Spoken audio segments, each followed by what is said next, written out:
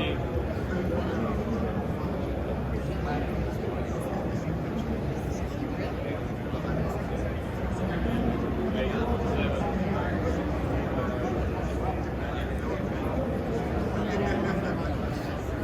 everyone, welcome back. Apologies for the slight delay. I'm really excited to welcome our partner CHESA on stage today. I have Lance, Chief Commercial Officer at CHESA, and Julie O'Grady, Marketing Director at LucidLink.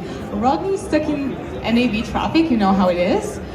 So we'll be starting without him. We're going to talk about remote production and editing in the cloud. So let's get started, and don't forget that at 5 o'clock, our happy hour with our partner CHESA starts, so yeah. Great, thank you. So thanks to everybody for coming, and I know you all want some happy hour love shortly, and first of all, we're going to give it to you. So I'm really excited to have Lance here from our partner CHESA. We're doing a lot of great things together, and just to kind of start it off, I want to have Lance talk a little bit about how we first met. You know, CHESA is a force in the industry, and we're really excited to be partnered with them. So Lance, do you remember how we found each other? My only guess, it was through Adobe. CHESA is one of Adobe's certified video support providers in the US, one of two. And with that engagement with Adobe, they bring us into technology partners all the time, Workfront, Frame.io, and LucidLink. So I'm guessing it was Dave Helmley at Adobe. Yeah, I'm pretty sure it was Dave, because we partner with all the key SI partners of Adobe, and they bring us all together. So Lance, tell us, I think we have some slides here. Can you tell us a little bit about CHESA and what you guys are doing? Yeah, just a couple slides, I promise. But CHESA, we're first and foremost, we're a systems integrator. We're a national systems integrator with coast-to-coast resources. We have about 50 people across the United States.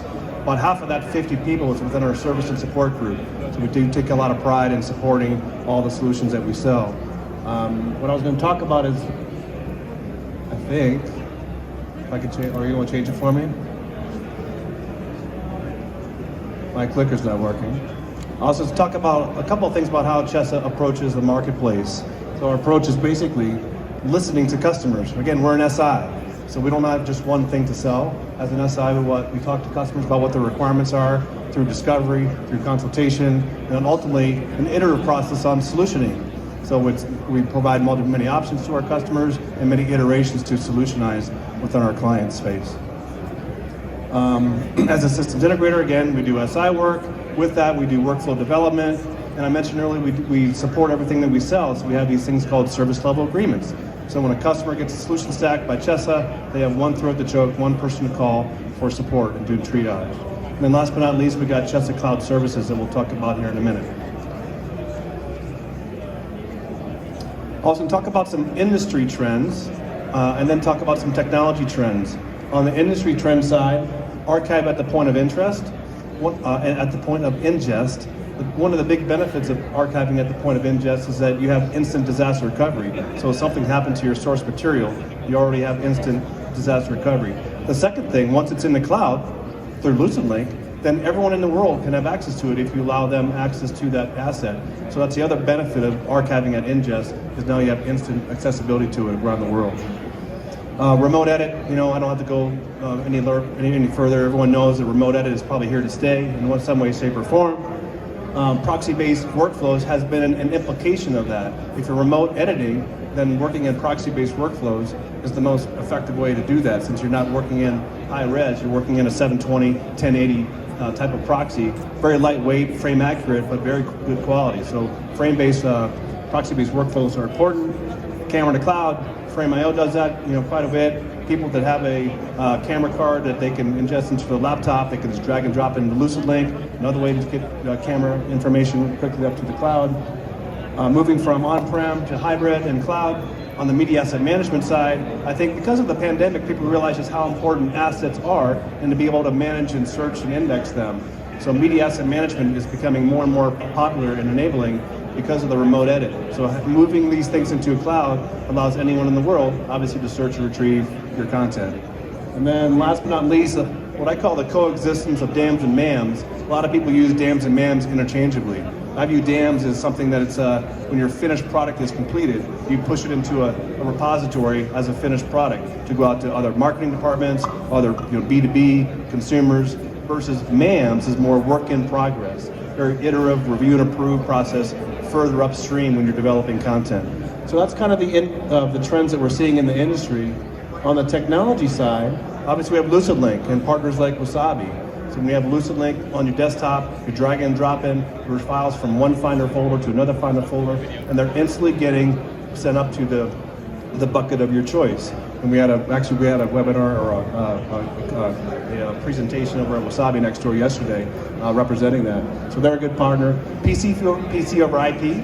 Sometimes VPN and remote desktop is not sufficient to get access to remote access to your equipment. So a whole new protocol, PC over IP, has been really enabled remote work. And Teradici is a good example of that. Saying the NASA cloud, I think the whole storage area networking is getting more and more challenged on. If you don't have people working remotely, or people are working remotely, they're not in-house, then it's hard to get fiber channel connectivity when you're at your house.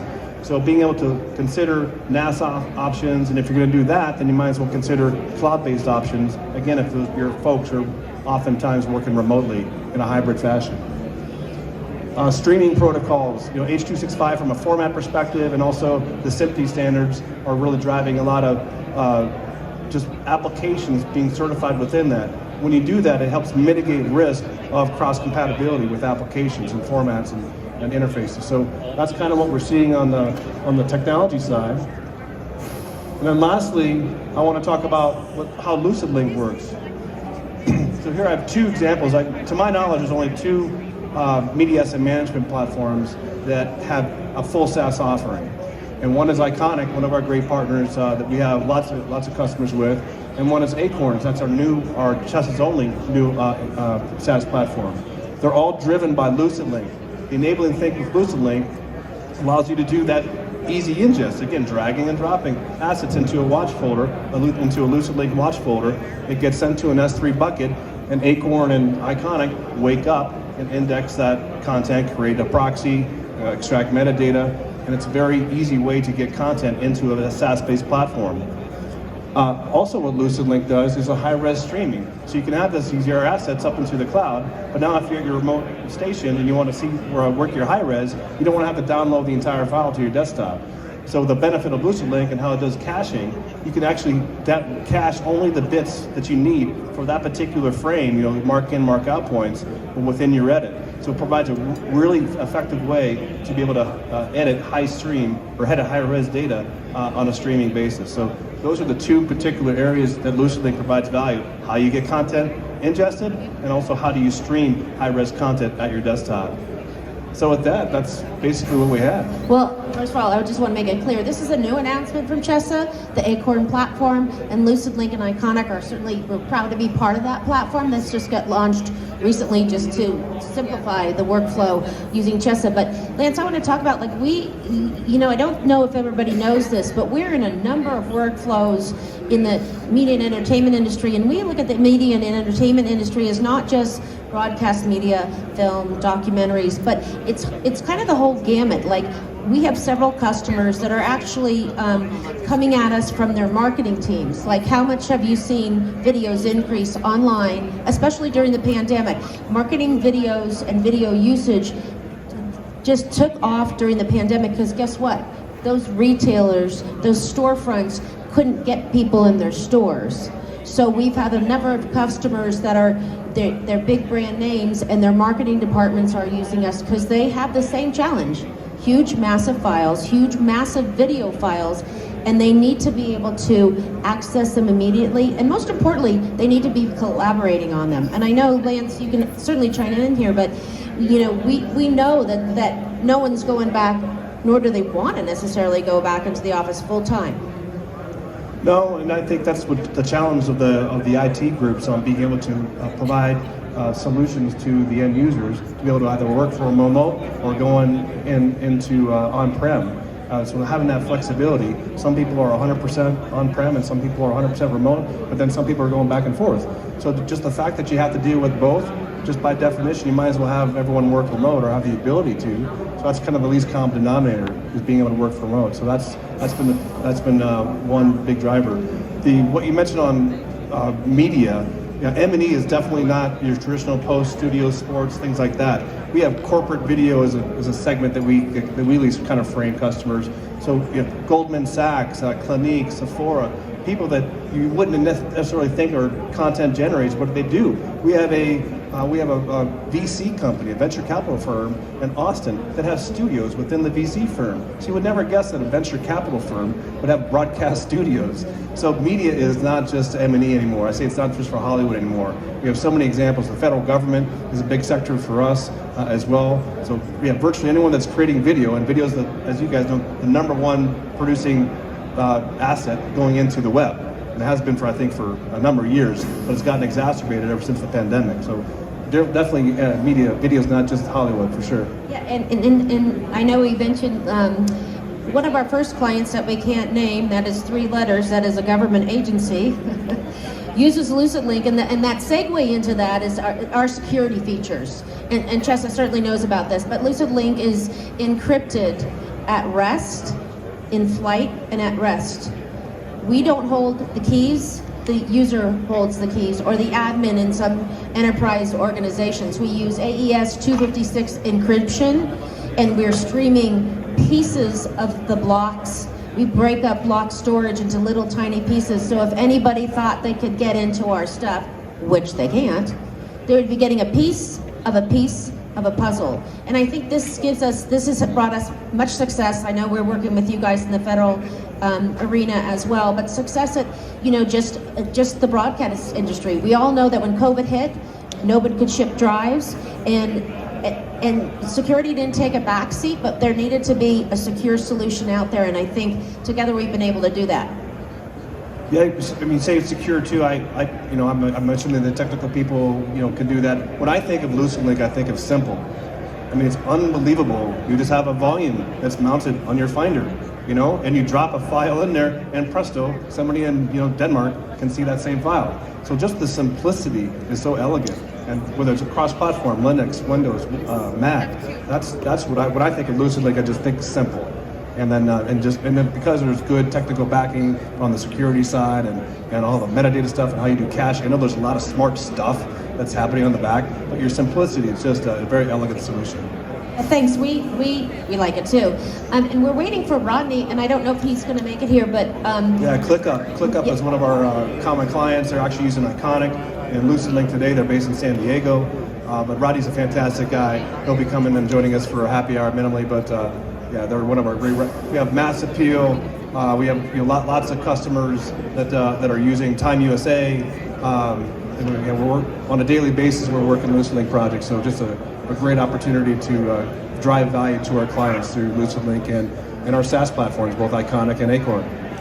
Yeah, so now you have the new Acorn platform to choose from when you go see CHESA. One thing I wanted to talk about, just because Lance wasn't here to hear Rodney on our stage earlier, but now with LucidLink, Rodney is able to work with his favorite editor who moved to Germany, and he's working with him remotely as if they're in the same office space. Yeah, if you've ever seen a LucidLink demo, it'll pop in your head. The light bulbs will go off like, oh, that's how they did that. I mean, you're in a Finder window in Germany and a Finder window in LA. You drop that file and it shows up in both. It's just amazing how the caching and all the metadata translation is happening. It's really good. And I just want to mention that we did release Lucid 2.0 recently over the last couple weeks. And if you thought our solution was fast before, it's remarkably faster now, and that's because we're handling now and scaling to billions of files and petabytes of data, and we're prepared to bring anybody into the future. And I know we've had this discussion in previous sessions how it's a little hard for people to kind of grasp, especially in the larger organizations, wow, what's the cloud mean? And we offer a solution is just step into the cloud easily. If you've ever played with LucidLink, you got to, again, I mentioned Finder. If you're a Finder person, you do Option I, to Command I to get your information about that particular folder. If you go in your LucidLink folder, do an Option I, it shows you have 1.3 petabytes available. I mean, you're like, what? I have 1.3 petabytes available on my laptop, but I don't know what, that's kind of an arbitrary number that some engineer at LucidLink came up with, but it really is amazing, and it's real. I mean, you can actually go well beyond 1.3 petabytes, but when you do option I, it's like that's what really pops out at you. Oh, this is a virtual file system. Very cool, very cool. I think we should clone that. Option I equals 1.3 petabytes. 1.3 petabytes a day data, and we scale. We're that can go anywhere. It's a cloud solution, and it's scalable. So we've got a lot of opportunities for you guys. I wanted to see if anybody had any questions in the audience. Questions, anybody? If you don't have questions, then we go to happy hour. So Yeah, let's start a happy hour, guys. I know you've been waiting for this, so yeah, let's get started, and we are going to do a Lego giveaway in a bit. Thank you, everybody. Appreciate your time. Yeah, thank you, CHESA.